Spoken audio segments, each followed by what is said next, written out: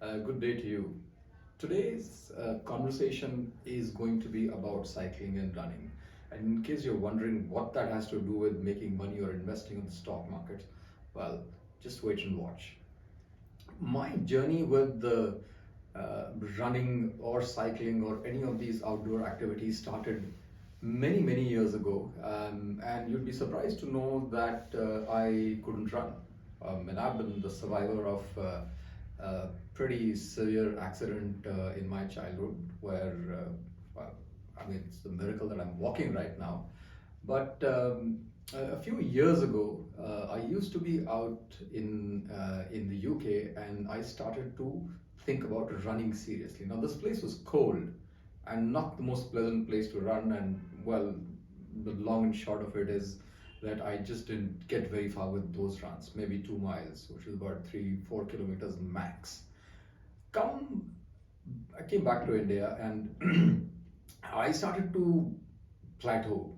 Started off with 1-2 kilometers. The weather was different. It went up to about 3 max, and that was the end of that. And just couldn't get any further.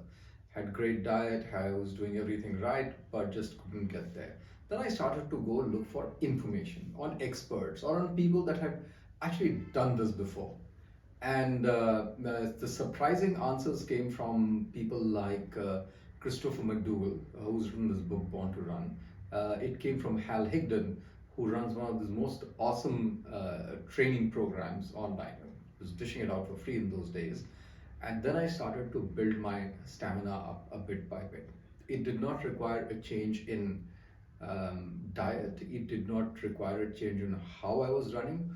All it required was a change in taking breaks. One. Second thing was you should know your limits. And the limits are not something that you imagine, those are actual physical limits just to prevent injuries. You just don't go wrong in what you start to do, and then it kind of doesn't go your way.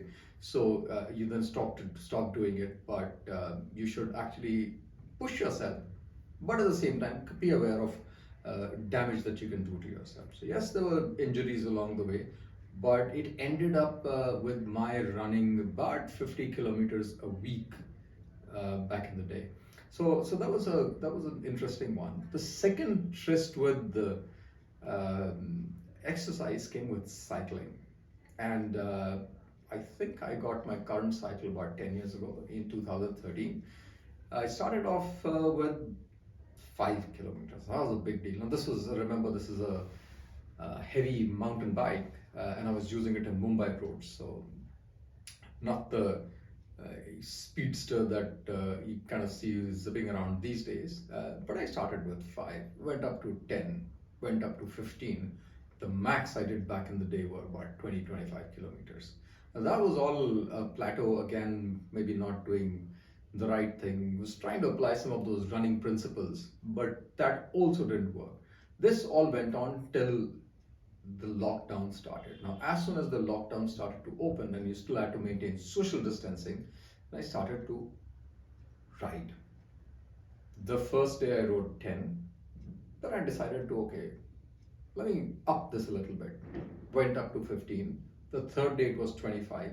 The fourth day I removed a mental block that I had was shouldn't ride on the roads too much. So just started and just rode. The next was a 40-kilometer ride. That became 50. It went on to a regular 75-kilometer ride pretty much every week. Now, these two incidents have some interesting commonalities with managing money. And the key lessons are: one, you should push your limits. And those are limits of understanding where you are and what you can do better. And there's no harm in taking help from others. Second thing is, there's no quick fix to this. You will always have a learning curve, first of all. Secondly, money by definition is about consistency. It's not about gambling or lottery wins and those kind of things. For every winner, there are like a billion losers collectively across the world on your lotteries that are there.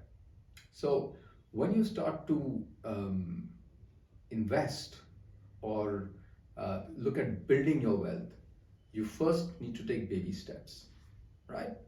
If your money is lying in your savings account, put it into a fixed deposit, or at least you've taken that one step.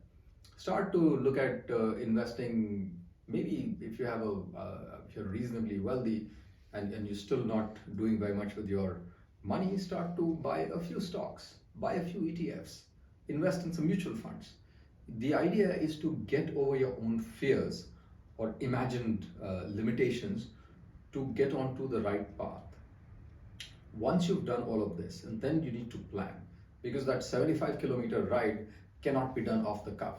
You need to have the right diet, you need to have the right rest, you need to have the right warm up, and therefore your investing needs to also have the right amount of energy, the right information, and the right instruments that you're going to use to get onto your journey of 75 kilometers, right? To put it in a summary, when you get into all of this, the other bit is that you need to measure it.